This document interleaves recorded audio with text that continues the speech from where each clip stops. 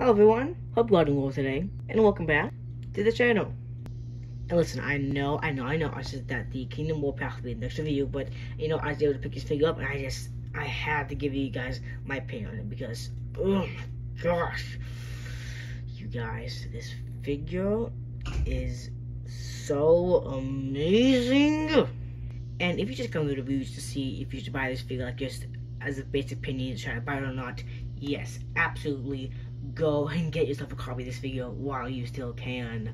But taking a look at what I like to call his pancake mode, of course you're going to need some syrup, because this thing is flat, it's round, it's golden, and it just looks amazing. But of course, bad jokes aside, you can see that the actual mode itself is very kind of reminiscent and very nice representation of his G1 Cyber Shonen spaceship mode, I guess. Yeah, spaceship. You can see, take a look at the users. You can see got some lovely gunmetal there for the grill, some red for the Arbot logo, some clear plastic for the windshield. And one thing to note that this figure, there's a lot of clear plastic on him, just to be gentle with it. So just a little note there. You can see panel lining all over, which I actually kind of like the panel line. It makes it look a lot more detailed, in my opinion, on the figure. One thing you note is on my copy, it got little blemish right there. Not like that, but just one little spot. It's not too noticeable from most angles. Oh, okay, from most angles. So I'm not too bothered by it, at least myself. So on the carriage, it's pretty good. Actually, pretty clean. Kind of head poking out there, hands on the underside. I mean, at least compared to most Seiko jets, it's actually pretty clean. Okay, so the transmission on this figure, I'm not actually going to time lapse this because I do want to kind of talk about this a bit more in detail than my normal stuff. So this figure, like I said, although it does utilize a lot of clear plastic parts on him, so I would recommend being careful when you do it, as there are some steps that definitely require you to add a bit of force. So I would recommend being careful with some of the steps, and I'm showing this figure that you'll see those steps. Sorry, excuse me. Is this actually very involved for a figure this size?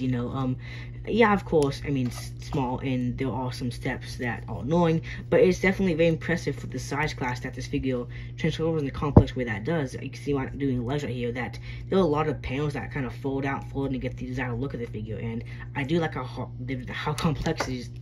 Okay, it just fell off. I like how complex it is, and how involved, especially for the size class. But like I said earlier, they're all like this whole piece right here, it's all clear plastic. I believe it's mostly clear plastic, so I would recommend being careful with it as you transform it. Coming to this top part though, is where you really need to be careful, because this whole area, this whole hood, is completely clear plastic, just painted over yellow. So be careful when you are doing this. Be gentle with it. Trust me, you do not want to break this thing. Just take your time with it. Be careful, be gentle. And when moving these arms out of the way, you gotta apply a considerable amount of force to, come on, maneuver it out of the way. There we go. Because so I'll get that out of the way. What you do, it should be fairly easy. There we go. Take this whole piece, bring it down. Like so. Now, when bringing this piece, again, be very careful with it, because it's a hinge of clear plastic. Whole piece clear plastic right here, so be careful before you hinge it down. I might be being overly cautious, but I just do not want to break this thing, because I mean, one, it's just an amazing figure, and two, it is becoming very rare as the months go on, and more people are finding it. So just when you're transforming it, be generally careful with it. That's all I'm trying to say. And after, like I said, a very complex and involved transformation for this figure, you get this.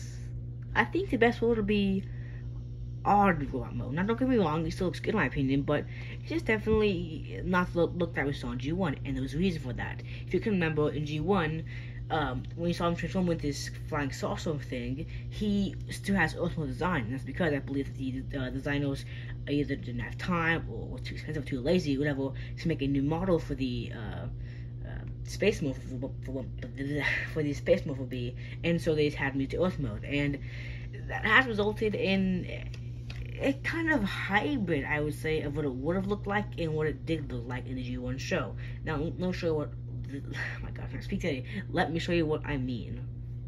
You can see that obviously, like with the feet, you still get that Volkswagen look, but with like the chest and the head and the panel lining is much more, I guess you could say, cyber stylized, look more like it should have looked in G1. But coming through to look at most of the details, because the head sculpt on the figure is, it's fairly not, I'd say, pretty accurate to the show, and definitely better than we get with most BB figures. So I do really like that. Come look at the chest, see that grill again, the arms.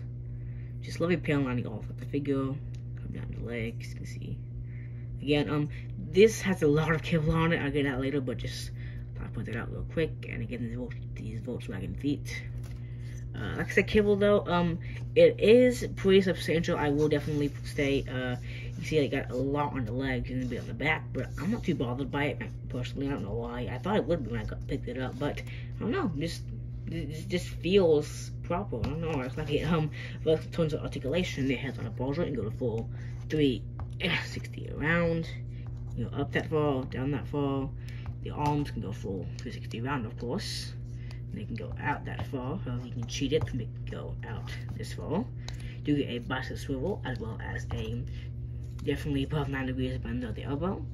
The wrist is unfortunately not in rotation, but on up and down hinge, so you get that.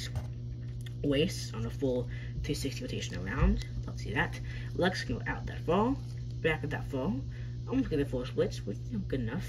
Get a thigh swivel as well as a under 9 degrees bend at the knee. However, if you lift this piece up, you can get much more than that. So I love that.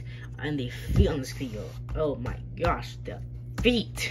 You can go up that far, back that far, and so much tilting. This figure's feet are amazing. So as you can see, it is very nicely, especially for the size, very nicely articulated. But in order to use some of those articulations, you get plenty of accessories to the figure. The first of, oh, I'm sorry, I forgot to mention, forward butterfly.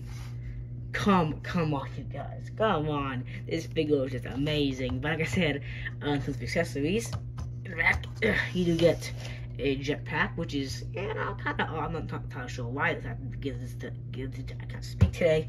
I'm not sure why they decided to put this in here, but I mean, I don't complain about extra accessory.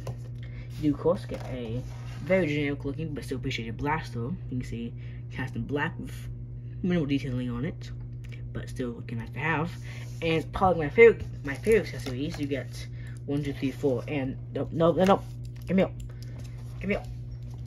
And 5 of the Energon fuel rod things that we saw in the June episode, and yes, I love these. I'm so happy that we got to include these. I just love them so much. However, unfortunately, you can see that they are not 5mm peg compatible, so you cannot hold them properly. What you have to do is kind of fold the arm in and then shove them up his armpit. So I mean, it works. I'm not too excited about it. You can definitely get some good displays if you try to enough. But I mean, so yeah, there you go. They're all accessories. Okay, guys. For the first comparison series with the Kingdom Hover, you see that even compared to mini bot like Hover, he is definitely on the smaller side of things. So there you have that. Here he is with the with the Kingdom Rodimus Prime, both of which reviews will link in the description box below in case you want to check them out. You can see he's a bit smaller than Rodimus. Oh, there you have that. And here he is with the aforementioned bottle of syrup. So there you have that. So guys, there you go. That's my review for the Transformers Buzzworthy Bumblebee. Say that one's fast. Origins / Space Bumblebee. So final thoughts of this figure, and like I said off the video, I absolutely love this thing. It is everything and more that I could have ever wanted for this kind of figure. Well, of course, yes, it does have its problems, like any figure does. It easily overcomes with the articulation, the accessories, the transformation, how clever it is, how involved it is, and overall, it was just an amazing experience that I, of course, highly recommend any of y'all to get. Now, of course, Hasbro, you know what to do. I'm not even gonna say. You know what? I'll let someone else tell you. Hasbro, Space Wheeljack. Give it to the people. They need it. Thank you, Perspective. Now, that being said, thank you all so much for watching. I'll see you on this one. Bye, everyone. Have a nice day.